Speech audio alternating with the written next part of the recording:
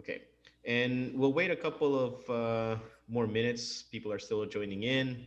But this is getting recorded and we'll post it to a YouTube channel where all these lectures are being shown for all the people that are in different time zones and that weren't able to Wonderful. join. So, um, yeah, it'll be open to the public. I mean, we've entered a new realm this last year where all of a sudden we can attend lectures all over the world. And in many ways, it's something amazing. Right. I'm going to ask for the participants joining in to please keep your microphones off.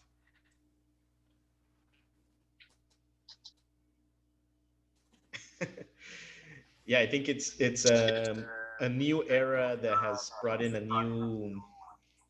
new realm of ethics as well, Yeah. and new realm of social operations.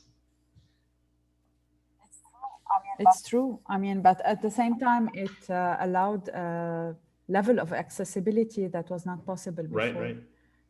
which is at the same time, I would say, refreshing. But then, the boundaries disappearing, one starts to ask, where's the realm of your inquisitions? If you cannot visit the site next door, why not take at the world? I mean, this is something also that you want to ask yourself. Right, right.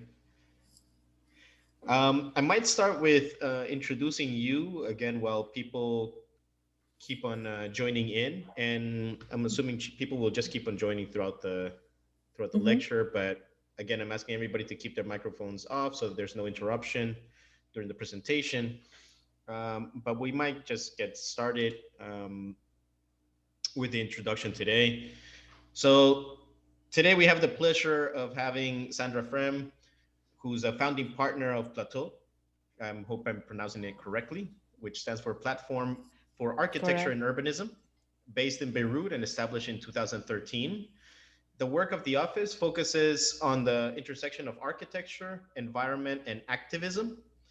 The Office of the works on projects of a range of scales and has received numerous awards and nominations and have been published internationally. The one of the recent research was the creative collectives, which was being exhibited at the Venice Biennale in 2019.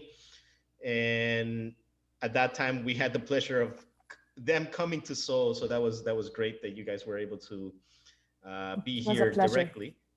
And now they're presenting Shifting Grounds, Beirut Shifting Grounds, which this is exhibited at the Venice Biennale, which before the recording started, we were discussing how this is being presented in this new era. So perhaps we can hear more about that as well. And in parallel, Sandra is engaged with academic teaching in architecture, urban design, and landscape. And she's a current lecturer at the Lebanese American University. She received her Master of Science in Architectural Studies from MIT and DES, which I'm assuming is the Architectural Professional Degree from the Lebanese University in 2004. So please welcome Sandra, and the platform is all yours. You Thank you, may share your Rafael. screen. And also, I will ask if you have any preference to let us know in terms of interruptions, if you want people to interrupt you while you're discussing, or if you want to hold all questions and answers towards the end. Other than Uh, that, you're free. The platform is all yours. I think it would be best if I go through it and then I will. How much time do I have, by the way? I never asked you. It's up to you. It's Just open. so, okay. So You I'm gonna can. try to go through the projects, and then we could. I really look forward to discuss notions or strategies after presenting them. So that, or if you want, after each project, if anyone has any question, I think the preference is yours. Now that you're bringing that up, if you are used to engage in a discussion, feel free to do that. But let me know so that Okay. we Sure. could pause every once in a while. Great. Okay. So thanks, Rafael, for the intro and for hosting me part of the lecture series. I'm very happy to be here. So in architecture, we're going to start with the theme, like the title, architecture and entropy. Usually entropy is used for, to describe a status in thermodynamic law, which is, a measure for disorder. But in architecture, it goes beyond that to understand it in relationship to time and destruction. So if we look on the left, we have Piranesi's drawing of Rome. He drew that drawing some like 13 centuries after the fall of the Western Empire. And on the left, we have the Beirut port grain silo. And I'm not sure if you are familiar with that or if you heard the news, but in 2020, there was a huge explosion at the port, and basically half of the city was pulverized. So the grain silo over here on the right was a building that saved the other part of the city from being destroyed by taking, the full impact of the blow. So the first rune is the work of 13 centuries, and the second rune is the work of a couple of seconds. But in both cases, we can see that the ultimate, fate of architecture is to disintegrate eventually and to become in a state of entropy. In Beirut, entropy takes more literal manifestations. So we can see after the Civil War or the July 2006 war, the port blast also have placed Beirut one more time within this exhaustive narrative of destruction and reconstruction. And here you can see the silos in context. But outside of catastrophic events, we can notice that for the last few years, architecture and entropy became intertwined after patterns of destructive urban development and multiple economic crises around the world triggered structures of unplanned decay. So all of these make about the role of architecture in the capitalist machine that is driving urban and social inequalities and bringing our natural and economic systems to collapse. So on the left, you can see, numerous buildings in Athens after the Greek state bankruptcy. And on the right, you can see an abandoned construction site in Spain after it got hit by the economic crisis. Now, economic crisis did arrive to Beirut in 2019 after decades in the making. Beirut urban landscape was radically altered after the collapse of the real estate bubble. Empty buildings stood unfinished throughout the capital as a symbol of the failed state that rested for too much and for too long on real estate as the cornerstone of the economy. So it's not a coincidence, as you can see on this graph, that you would see the economic growth, which is over here outlined, the GDP, and the construction boom. So here you can see the number of permits passed in Beirut alone. So they grew and crashed simultaneously. Real estate as a sector was supported by a powerful system of financing and legal regulations, and an influential lobby of well-connected political powers. Sorry. So there was a country's economic growth and attracting foreign investors into local real estate on one hand, and proliferating construction projects that are most of the time luxurious on the other hand, that disfigured the city and drained it from its inhabitants in favor of empty apartments that are owned by the rich diaspora or overseas investors. So here we can see the port and the Northern District at the eve of the economic crisis. And here we can see it in the post-blast, in the aftermath of the blast in August 2020. But what's interesting is that the blast only accelerated in its destruction what neoliberal development was set to do on an extended time frame. So here in red, you can see all the buildings that were destroyed by the blast. And here you can see this is a pre-blast map that shows all the buildings in orange that were set for destruction before the blast happened. So in orange, you can see all the destruction permits that were filed and that were awaiting to be destroyed. And most of the time, these are heritage buildings. And in blue, you can see also evicted buildings, so buildings that all the tenants have been evicted, preparing for a new real estate development, and the empty lots in gray and parking space holders for future development, waiting for the opportune moment.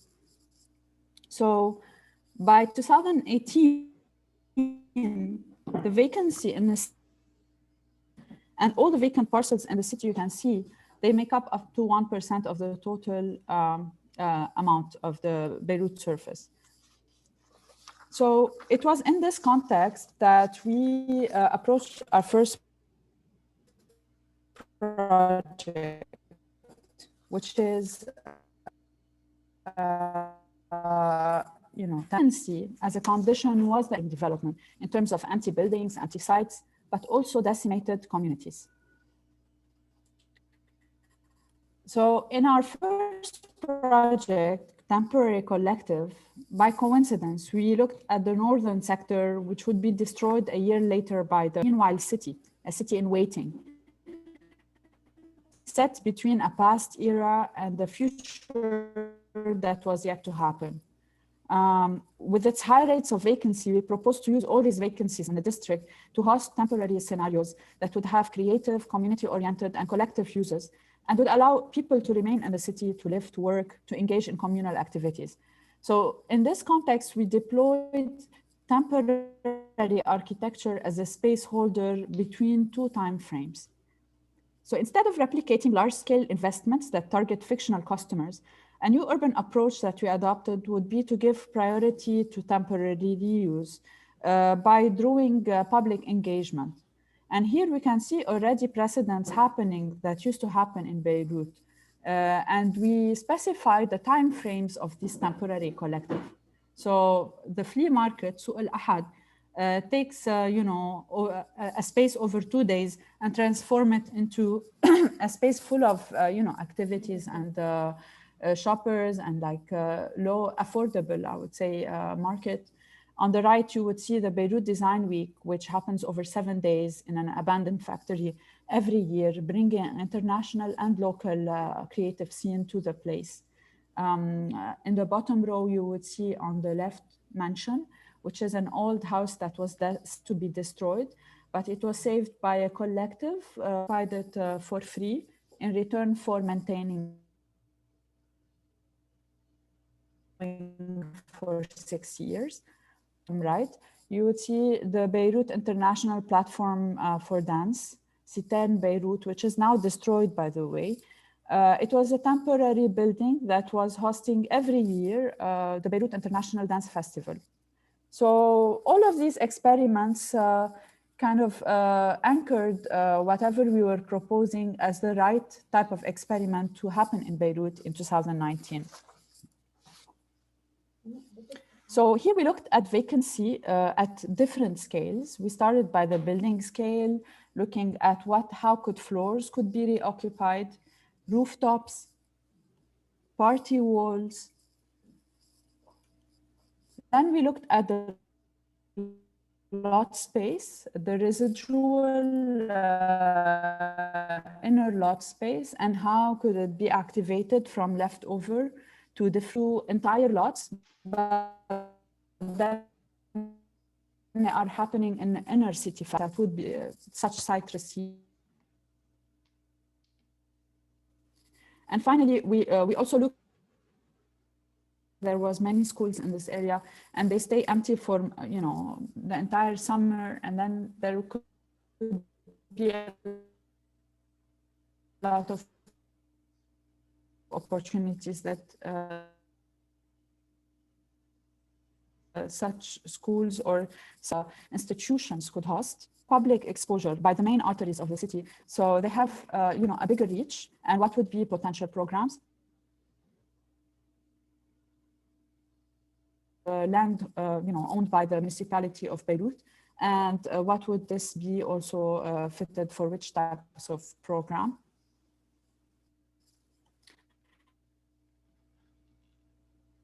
Enough to just imagine that, but we needed to imagine a new type of profiling. So in order to have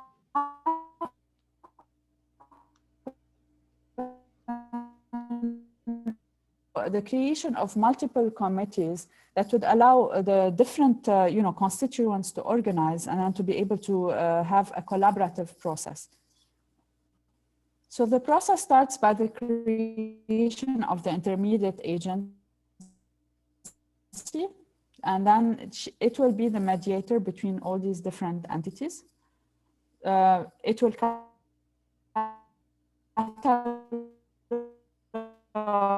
the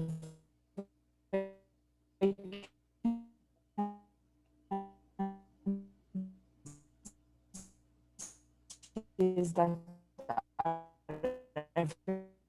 available in the district in real time and then hosted in a digital. Agree a short-term rental at a much lower rate than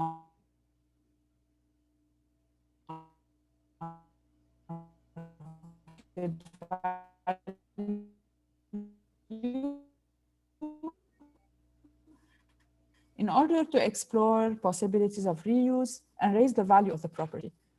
And finally, use for open space parcels, not for buildings, and in order to see how would it be able to trigger collective uses in the area. We came up with 19 scenarios out of, I am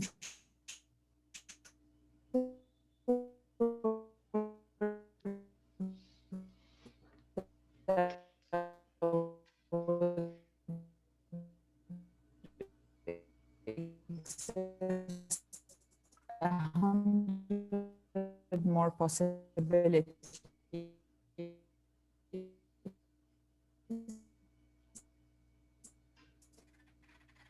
Now, it's before the crisis and the value that the system proposed. But after 2020, this idea became closer to reality and more logical in the current climate of, after the crash, people are more open to this idea of barter, as opposed to the 2018 when this idea was first proposed. So that would be the first project. So now we move to another lens of entropy. It's crucial at this point in time that we consider entropy part of the design process rather than an unwanted future in its long-term and short-term span. So the long-term is the inescapable condition of decay. And by understanding this, maybe we can start to design architecture in which time can contribute to its creation and its termination in a more thoughtful and less accidental manner and with a reduced carbon footprint. So more and more, we can see architects and artists developing their work using time as an active agent to their aging and ultimately to their ruin. So on the left, you can see the Sagrada Familia that is being planned for completion 100 years after it was done. In the middle, we can see Peter Zumthor, Brother Claus Chapel. And on the right, we can see the Spiral Jetty by Robert Smithson. Some 30, after it was being done 30 years, it was submerged underwater. And now with, global warming, the spiral emerged again. So on the shorter span, looking at the link that exists between architecture and its production cycle, we notice that production is interested in architecture itself. Architecture cannot materialize without disrupting a in order to plug in or produce material waste. So what you can see on and plant in Shikha in North Lebanon, and that produces a third of Lebanon's need in cement for construction. So we can only start to talk about the impacts of such factory on its surrounding ecologically, environmentally, but also in terms of disruption. And even if there's a sustainable project somewhere that is using all the minimum carbon footprint, but is using cement from this factory, they are kind of contributing to this cycle. Only when we acknowledge this anthropic side of architecture and engage its different time frame, can we really build, recycle, and preserve buildings in a more circular life cycle that inscribes with the evolution of the ecosystem. Here we can see Peter Zumthor Zinc Mine Museum. Sorry. zinc mine museum. Okay. So really, it's quite an irony that, a museum for zinc extraction would have such a light footprint given to, what is being commemorated, which is, a plant for extracting resources. So the second chapter, I would say, of the entropies that we're going to look at are site disruptions that are proposed by many of our built projects and also unbuilt projects. So here we're going to discuss three projects. The Sgarta, I would say, respectively, the Garter House and the strategy to nest, the Tumor Studios, an unbuilt competition, and then the strategy to plug in, and finally the Garter House and a strategy to delineate.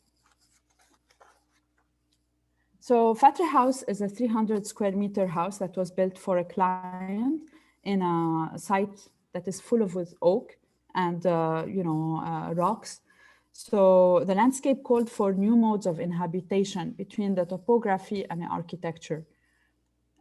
So the departure point was to reflect on architecture between its origin, which is the material, and its end, which is the ruin, and to try to use, I would say, both ends in order to construct our approach for the site.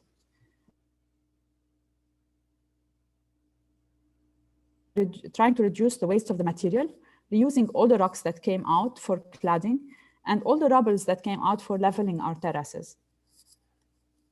So the project inserts into the hillside by placing the different functions of the house on the site's natural terraces, espousing its orientations and levels. Selective excavation prepared the site to receive the house volumes in an acupunctural process that involves the widening of the existing platforms. Here we can see the reception platform. The stair cascade down the reception into the landscape to the lower living room and the sleeping quarters that overlay the site's second platform. And finally leading to the pool on the third platform. So together, the three volumes of living spaces frame a central zone in concrete and glass, while adjacent volumes of services and bedrooms are cladded in the stone of the own site, blending the house in its landscape. The process of excavation, concrete pouring, and the widening of the existing terraces were done in a way to minimize the architectural intrusion on the landscape.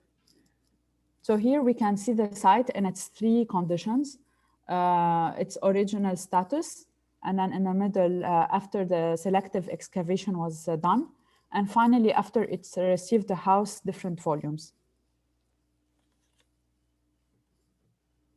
So here, this section, we're going to show the process of nesting into the hillside, the terraces that prepares to receive the volumes, and then the stone-cladded volume nestled in the hillside and reconstruct the landscape, the upper reception volume, middle reception volume, middle circulation volume, and lower reception form the project backbone. These are the different moments, sectional moments of the project. Because of COVID, we weren't able to go and photograph the site properly. So these photos are from our last site visit, but it's really amazing to see the different atmospheres that are sequential in the site.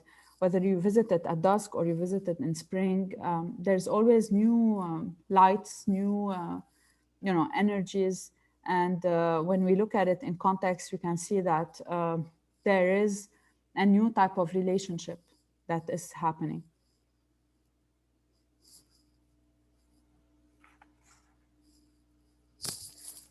The second project is the Garter House. Also, the area is around 300 square meters. This was done in 2012. The context is the agricultural plain of Zgharta, northern Lebanon, that is known for its olive orchards all around, and its wide plain and the horizontality of it. See the context, zooming in. And finally, to look at the house in its immediate context with a hill that is just opposing the site. So this is the view from the site towards that hill. So again, our departure point was to look at a contextual ruin, which is the agricultural terrace wall, and how long after those terraces ceased to be active, the wall became as an element that delineated its landscape. So using delineation as a tool, we started delineating the site in a series of horizontal lines that so here we can start seeing the road, the first line, the project boundary, the lower volume, and then the roof of the upper volume. Those lines integrated the need between opening up to the view and creating privacy at the same time from the adjacent road. So from here, there was this need to open up to that hill, but at the same time, there was this privacy. So in a way, those walls tried to combine through their layering the different buffers between the private and the public. Here we are situated within the own site, and we're gonna look at the same cross-sectional angle. So the first wall would be the fence that separates the site from the road, creating a terrace and privacy to the lower level. The second wall creates the lower level with the bedrooms behind it. The third wall creates the back of the lower level and the base of the upper level. And the fourth wall supports the floating roof of the upper level, framing the living room view. And that would be the view, standing from approximately the same angle. So the wall's language, they created a tension between the intense edge of the site and the porous center of the house. We were able to achieve this difference with the medium of courtyards. Historically, courtyards were recurrent design elements in the Mediterranean house. Byzantine house, they were used to bring cross ventilation and create a microclimate in the extreme days of summer. Culturally, there were also devices that. So in that sense, we use courtyards here as an experience of access, but also filter the relationship between what is out and what is in.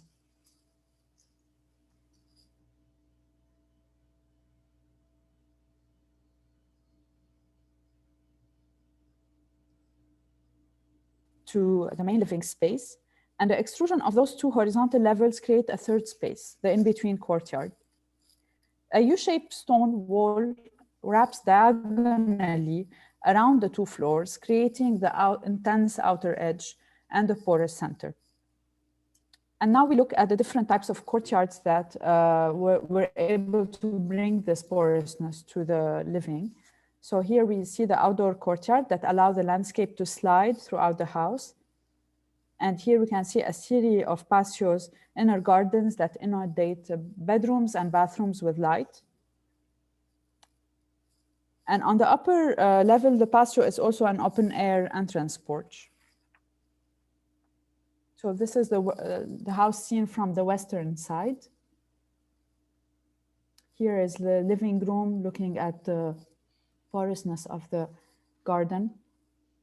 The central courtyard as seen from the entrance. The entrance porch. And then the different types of patios that exist in the bathrooms and in the bedrooms. That's Paulus's house.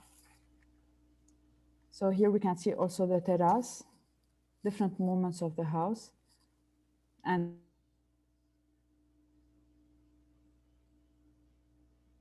this house, we really didn't implement any AC.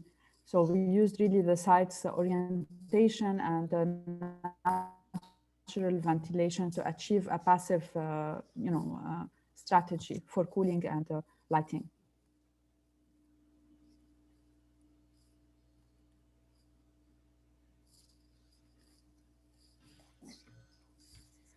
Finally, the third project, which works on the attitude of plugging in, is the Tumor Studios, which is an invited international competitions that we won. There was 6 or 7 other teams with us. And the program was an after-school program that needed a new home for the new department.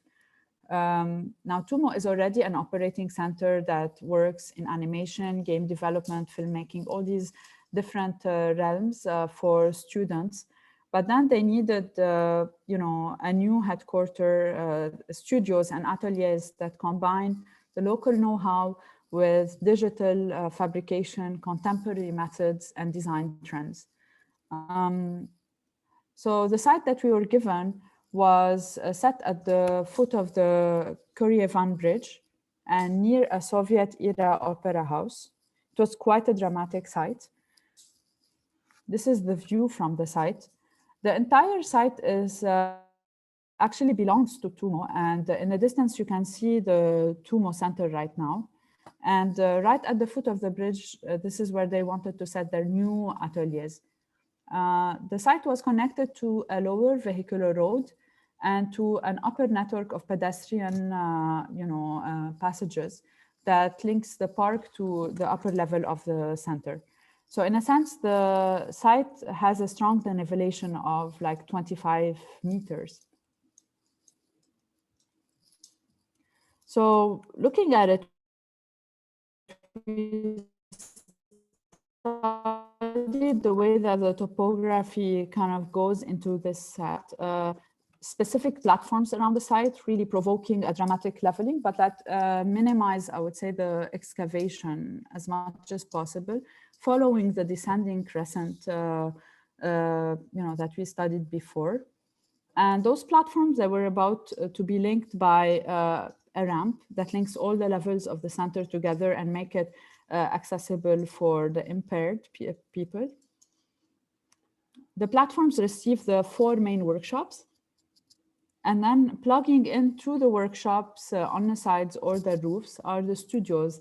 So we can see multiple studios sometimes being linked to one main workshop. And then all these functions are connected within the ramp. And finally, there would be an exhibition that floats at the top of the center and becomes a signal element, either to the passing cars on the bridge or to the park and the upper park, and becomes like a display of the Tumor Studios work to the context. So here we can see the different sections between the ramp, the exhibition, and what's underneath the exhibition, an outdoor space, and then a common space where everybody works, the hub. And here we can see how it's being perceived from the upper park. So in terms of specifically requested to try to aim for passive strategies because they wanted to reduce the cost of construction. So we worked towards modularity of the units, of the studios, but at the same time, we tried to look at passive ventilation that would take off the diurnal difference between, the temperature in the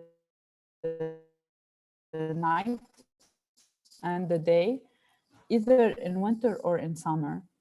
Sun mass to reduce peak loads, the top of the courtyard to also attenuate and improve the evaporative cooling, and introducing biodiversity through the green roof.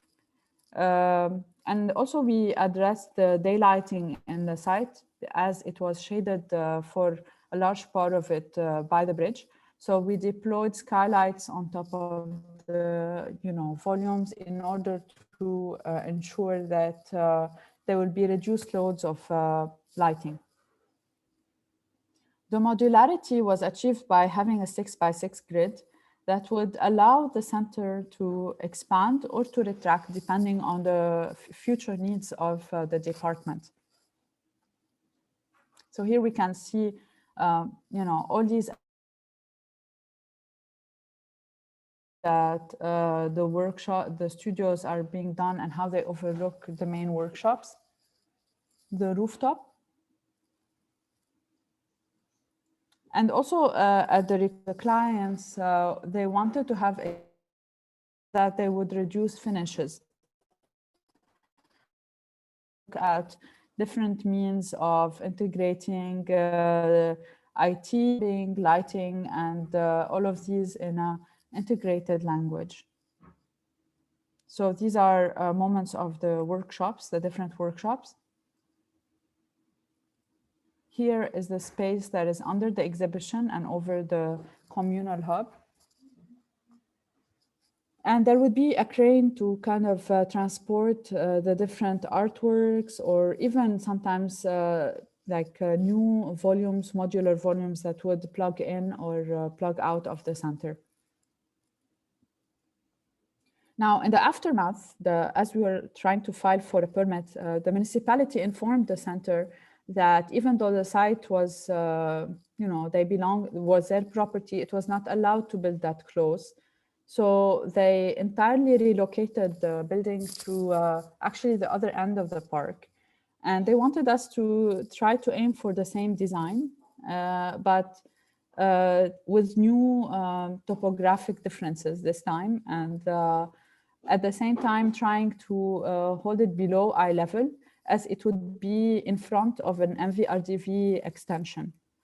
So with that in mind, I think we were glad that the design was flexible from the outset, and that it allowed for maneuvering of this unexpected scenario. So this is where we're at the moment, considering this entirely new site, but like using the same language. And that's basically it. Okay, great. All right. I will stop sharing, okay? Okay. I mean, you can leave that image if you want. Okay. All right. Okay, it doesn't matter. It's all right. Up to you.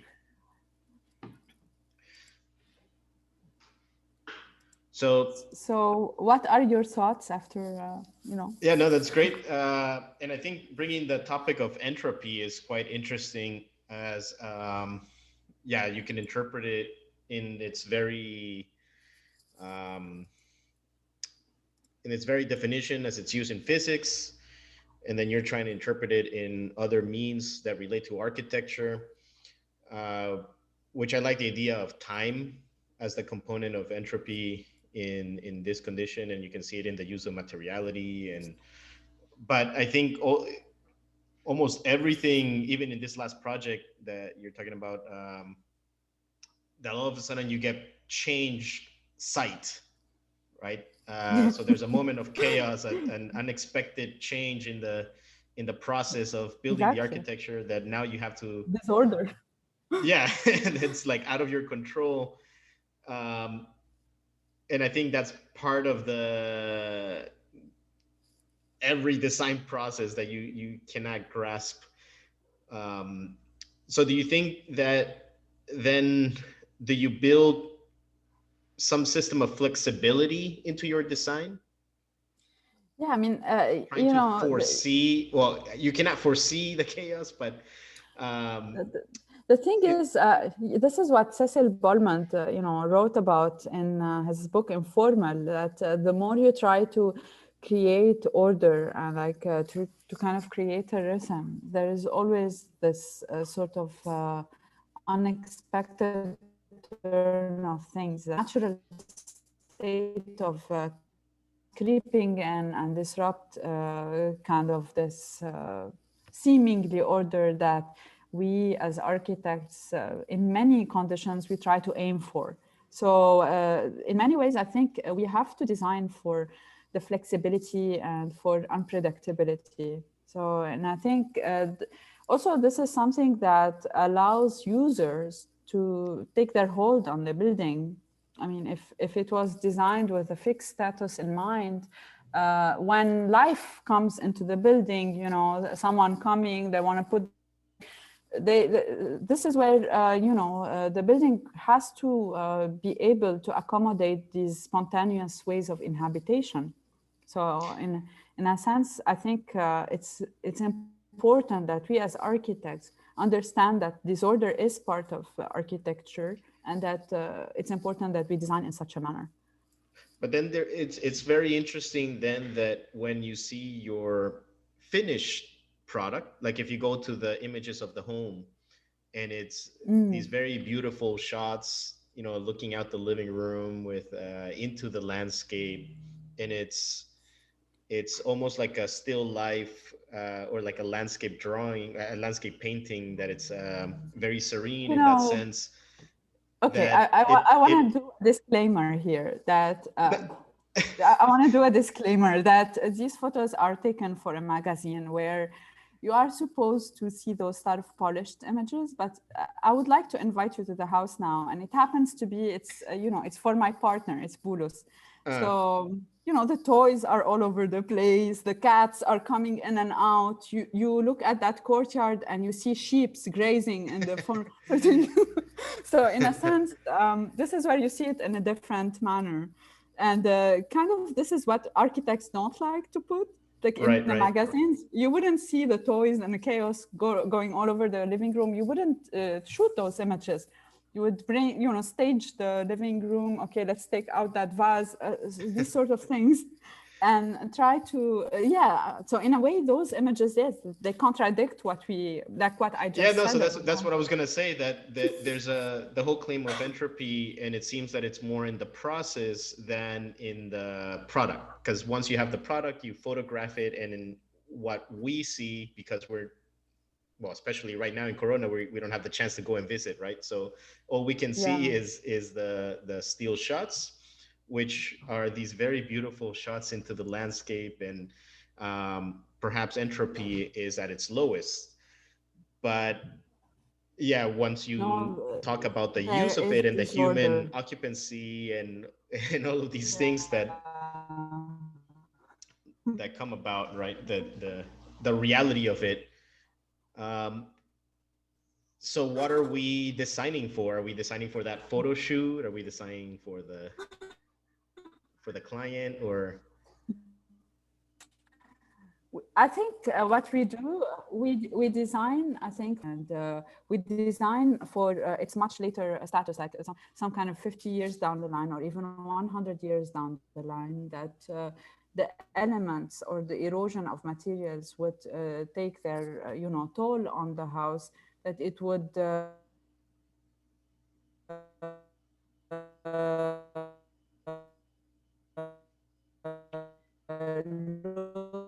oh, I lost you there for a second. I'm losing you.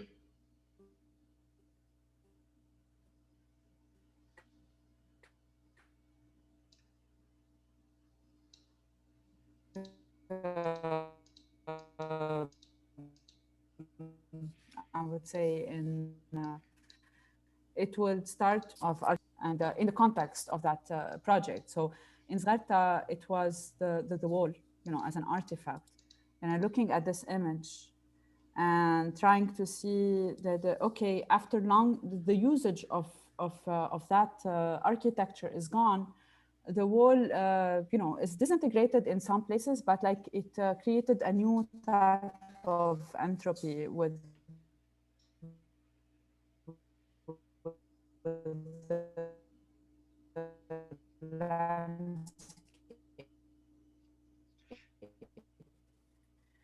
and between the ruins and the rocks. That was very important. In that sense, we tried to kind of the edges of the house would be those areas that would be entirely cladded, and that start to fade in with the rocks, and using the rocks as you know, a primary material. And in that sense, I think creating this tension between right now the house as it stands and a much later time frame where the house could eventually become a ruin. But for the everyday usage, you know, for the user, for the chaos and disorder that ensues within the, you know, that, you know, unravels in the living spaces, no architect has been there, you know, like you don't really see the mundane everyday usage of the house. You just go and take a photo shoot of the house. The client try to, you know, best behave within, you know, the spaces he has and like the furniture and the things. But then after that, life takes over. And this is where architecture starts to end in a manner. I also want to open up But for. then, yeah, I know I was going to yes, say go that ahead. I'm also want to open up for questions from any of the participants. If anybody has any questions, you're free to please interrupt us or write it in the chat, and um, we can address it as well. So, Yeah, I mean, I think also what we didn't really talk about is political, obsolescence. Yani, like, for example, socialist modernism and how, they were built in this era of great, I would say, optimism or self-determinacy. And then you can see those amazing architectures, even from the housing projects that were built from that era, and the way they're in the status of decline. Even the communal areas, that they were entirely the opposite of what they were aiming for. This is why I think there is also a sort of humility in architecture that is important, I would say. The vision of those architects, of this destined for it.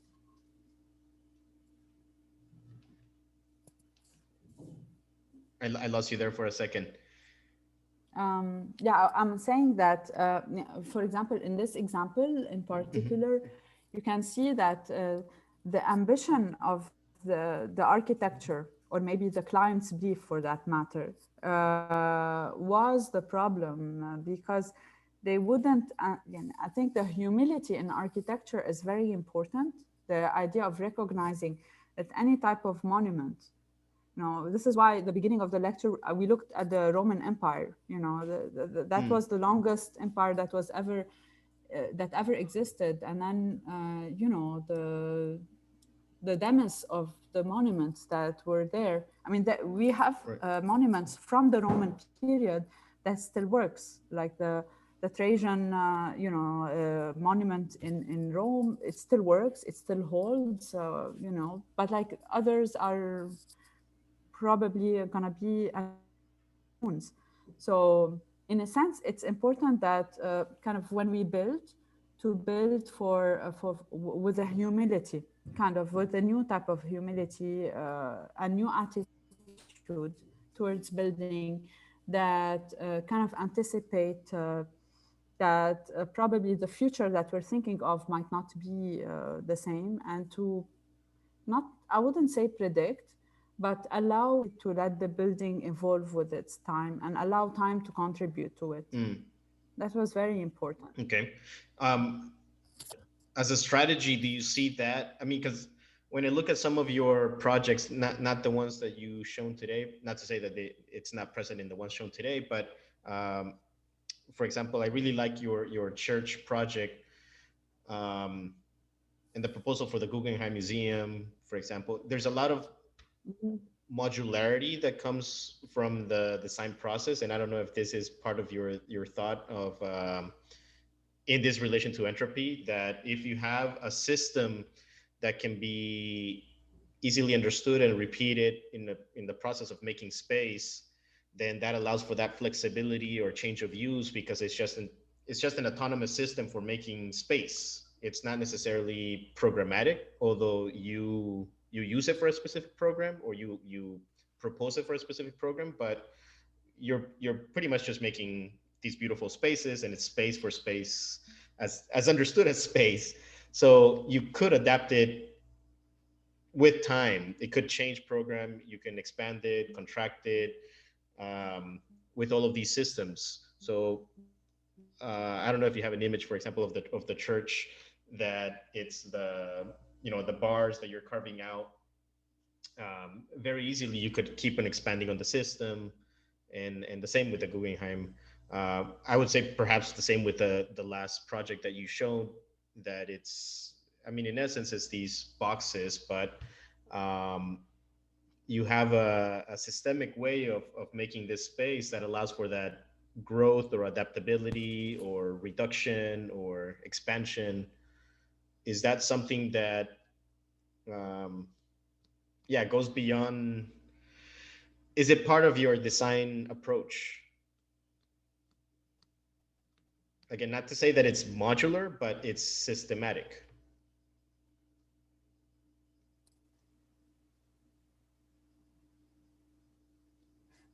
You're talking about that church.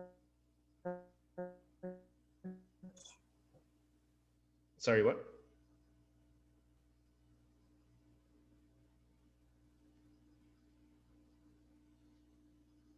I'm losing you.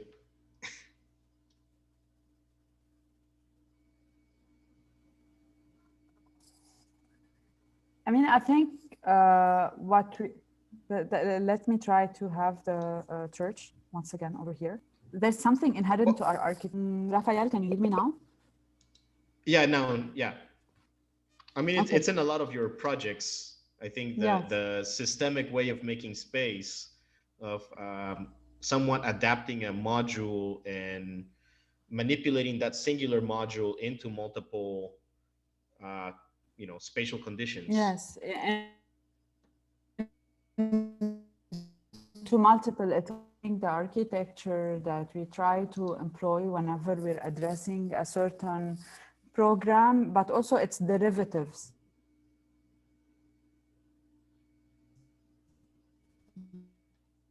So you have a program, but you have the window as an artifact, but also maybe an access door between, a space and an adjacent space.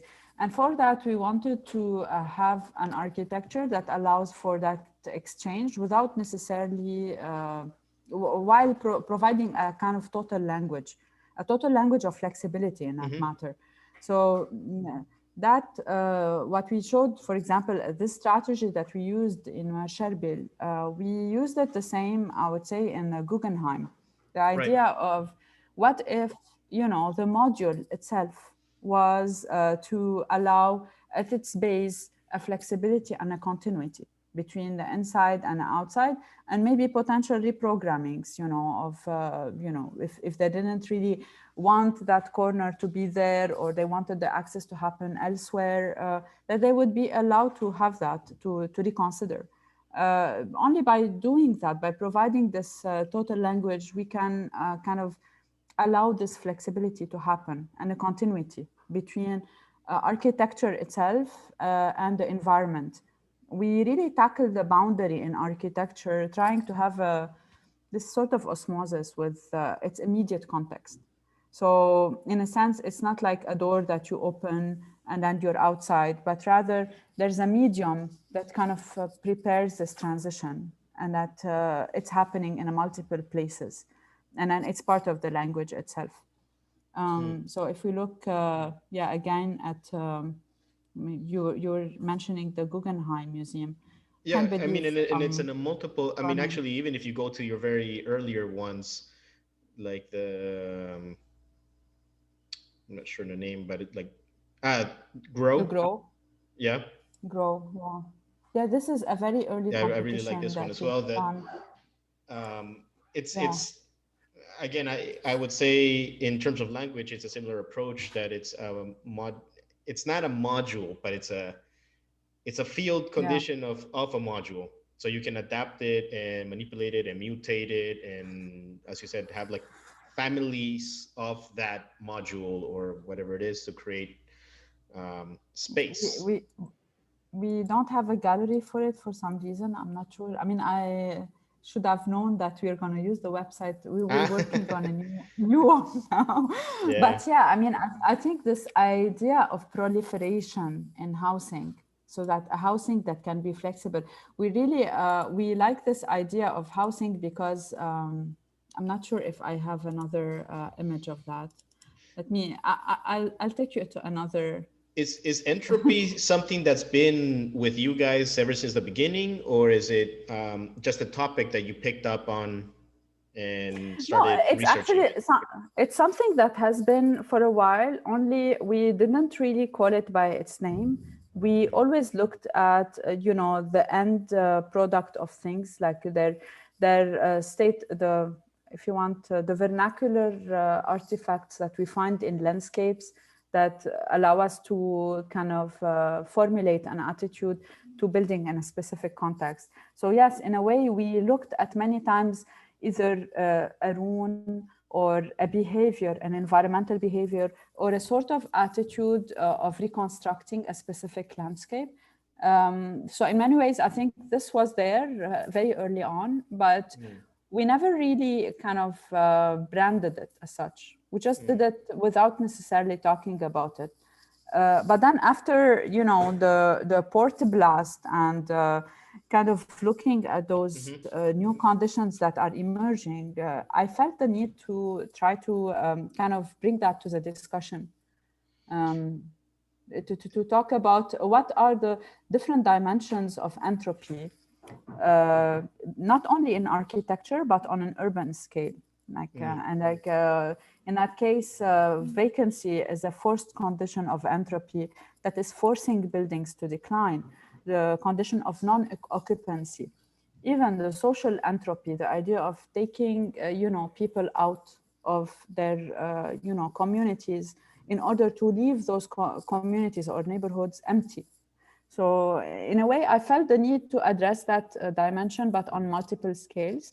And to say that at this point in time, even when we aim for sustainability, it's not enough if we are going to build using the same materials and the same methods of production. So even if we are, for example, to have a sustainable approach or a kind of passive strategy for the house, it's important to start thinking about new types of materialities. Because obviously what we're doing is, you know, is destructive to our environment. I mean, in Lebanon, we use concrete a lot. And then concrete has been depleting all the inland of the city in favor of, you know, the coast where, you know, has been, you know, growing and all these projects has been happening there. So in a sense, we've been draining ourselves from our inland resources in favor of transformation of them on the edges. This is why I think it's important to start thinking of that relationship. Yeah. Then materiality has also played a large part in your projects, I would say. Well, you were talking about, let's say, the permanence of the stone versus the flexibility of glass and steel. That perhaps in... I'm sorry, I have to leave. It's okay. Leave that room, actually. You can relocate. Yes. Okay. Are there any questions from the audience, from the participants? So Feel now free. we are in my kitchen, but okay. Element of entropy. Okay. Yeah. Now, saying that materiality is also, I would say, a huge part of your projects, and yeah, there's seems to be a lot of this very permanent or material that could have permanence in contrast with non-permanent material that would allow flexibility. Yeah, I mean, I think in that sense, we aim for a material that would deteriorate well. And that, in that sense, it's for programs such as housing or residences or, you know, interiors, we aim for durable materials that will have a long span.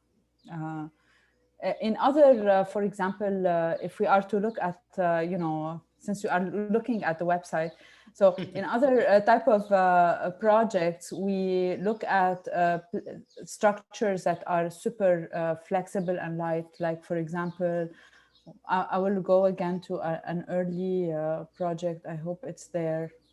It's not there. Let me see. Where is it? It's not there. Oh dear. It's okay. No, it's actually not in architecture. It's in design. 1 minute. So, yeah. So, for example, if we look at, you know, the solar islands and how, you know, they are made out of these, you know, structures, installations with sensors that kind of, and with a landscape that through its inundations of the tides show the effect, for example, of the moon. And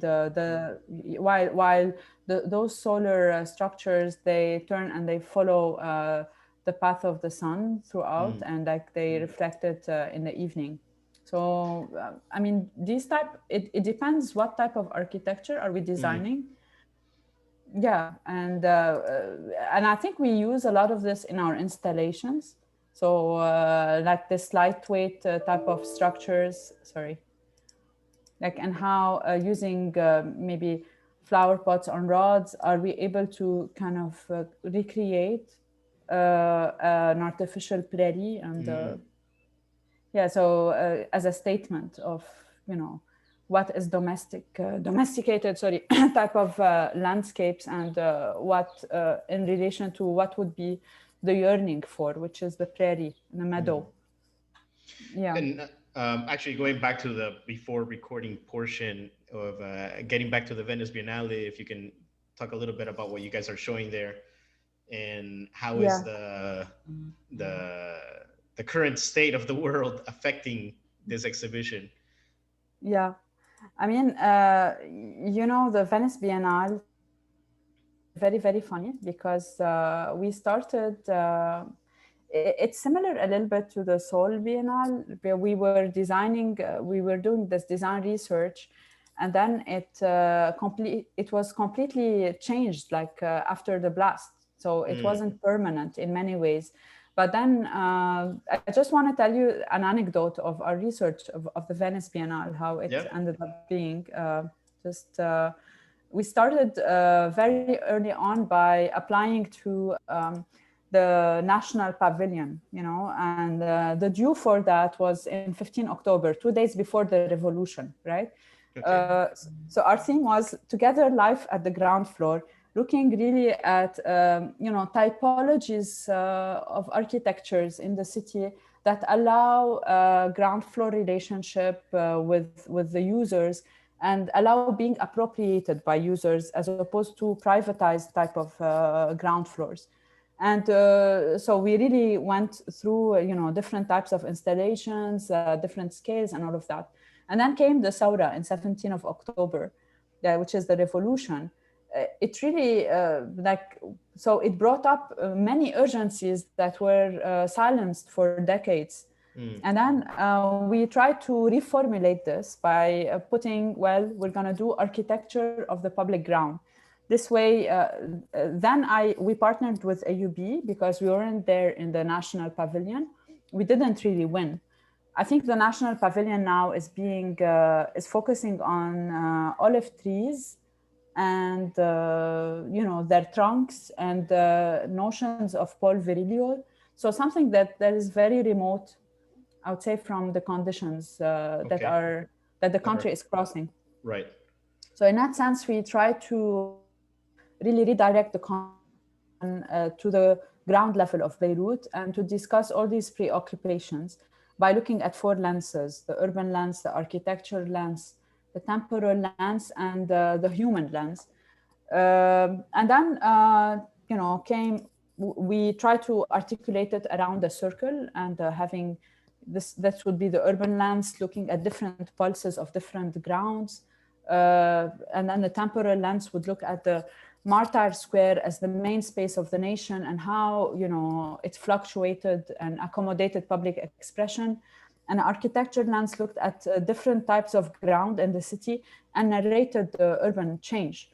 And as for the human lens, it looked at different installations in relationship to conditions such as a militarization of the ground, privatization of the ground, these sort of concerns that then installations react to.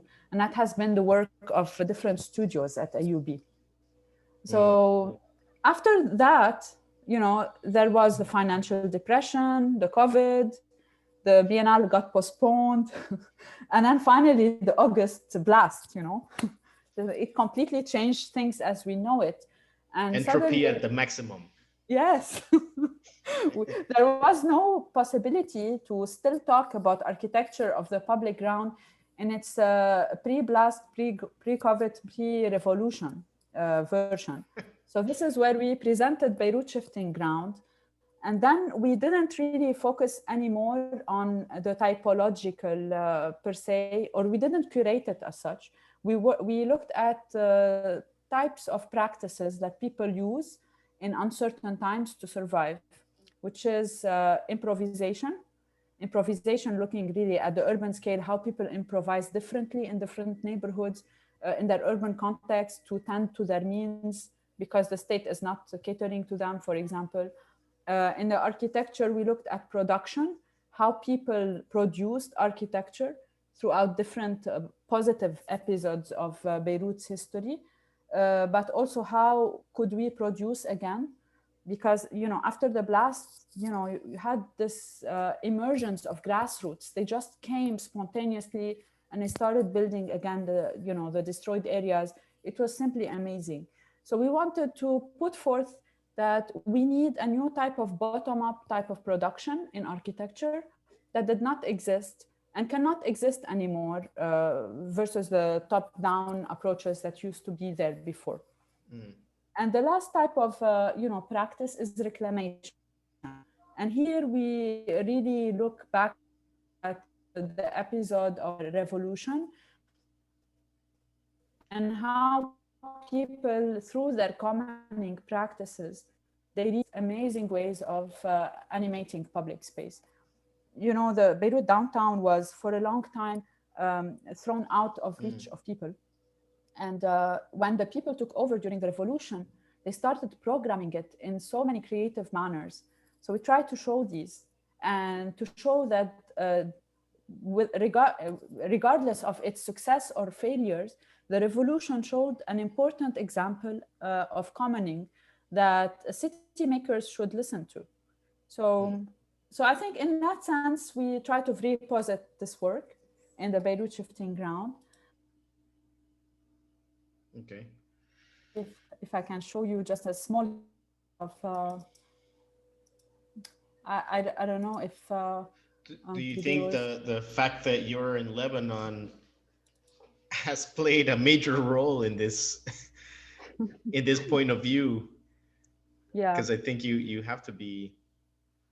Yes, absolutely. I mean, I couldn't have done it remotely, and at the same time, after March 2020, I was not able to get down to the ground anymore because there has been extended lockdowns. There has been, we are not able to go down anymore.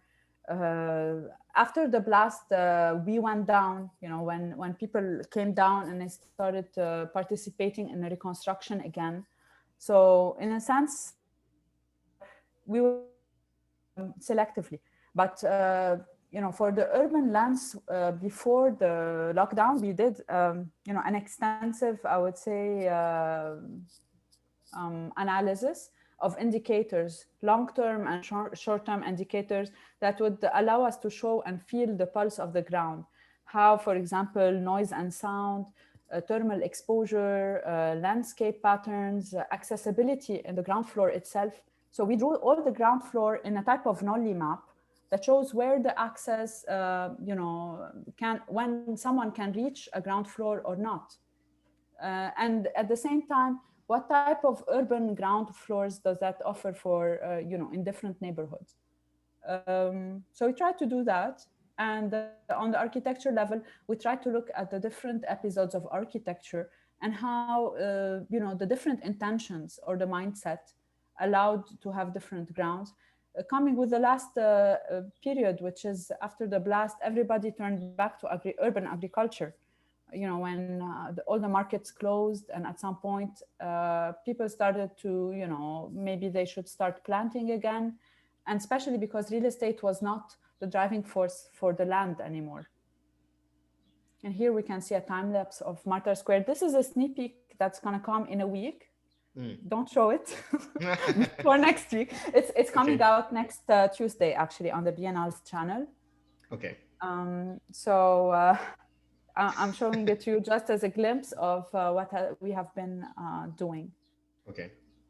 So that's basically it. And through those lenses, we were trying to offer the speculation on the architecture of the ground and how it could accommodate collective expressions again. so we can still call Beirut that it still belongs to its inhabitants, and it's not something that belongs to someone else. So it's about really the appropriation expressions. Yeah. Well, I wish I could go and see it personally. Hopefully, Well, we have actually, that's some means of. the end of the. So we're gonna do a website. We're gonna host a Yeah, I was virtual gonna say. exhibition. It's gonna launch at the same time of the opening. So because most of the people cannot go to Italy without a business visa. Right. So yeah, I will let you know, and when the time comes, we will do a public opening of the website. Yes. Hope. Well, it would be great if things were back to normal and we would all be able to see this personally. But Yeah. hopefully, the virtual world outreaches to more people and they get a chance to see it. So. Yes. Again, perhaps if anybody else has any questions, if not, we'll try to wrap up. And any last questions or comments from anybody outside? No. I can see Nisreen, one of my students here. Ah. Hi, What do you think is going to happen to the silos? As a random question, but I'm interested in knowing in terms of the Lebanon scene, the Beirut scene, the in terms of government the silo. cannot outdo themselves. So, a couple of weeks ago, they presented this very pristine green plan done by a German company. They're going to wipe out the silo. They want to relocate the port, and then they want to create a new, development. So always Entropy seeds the place to new speculative development, lucrative development on the seafront. Waterfront development. Crazy. So I hope they won't do it because I think the silos have this dramatic, presence to them. Even if they don't, even leaving them as is. To me, I mean, I think it can be debatable, but I think that their presence in the city shows everything's wrong in the country, and they will not let it sit. To me, I think they're going to fight as much as they can. If the government stays, they're going to fight to wipe it out entirely, and to wipe out kind of the evidence of the crime, because this is what they've done. The silos, because there was deadly material within their knowledge for sitting there for like 6 years, since 2011, 9 years, since 2011 it sat there. So they really want to erase this episode. And by doing that, I think architecture is again the tool to do it. Yeah. Could be the tool of permanence or the tool of camouflage. Yes. Okay. Raphael, it was very nice to discuss. Yeah, thank you so much. And it's always great talking to you. And hopefully next time it can be in person. Yes. In the future, who knows when. Hopefully, I think that there will be good times again. Yeah. We must always keep hope. Yeah. All right. Thanks a lot. Well, hope you stay safe and have a great time and great day, because it's your starting of the day. As well. Yes. Yeah. So Bye, thank you. Everyone. Bye. Bye.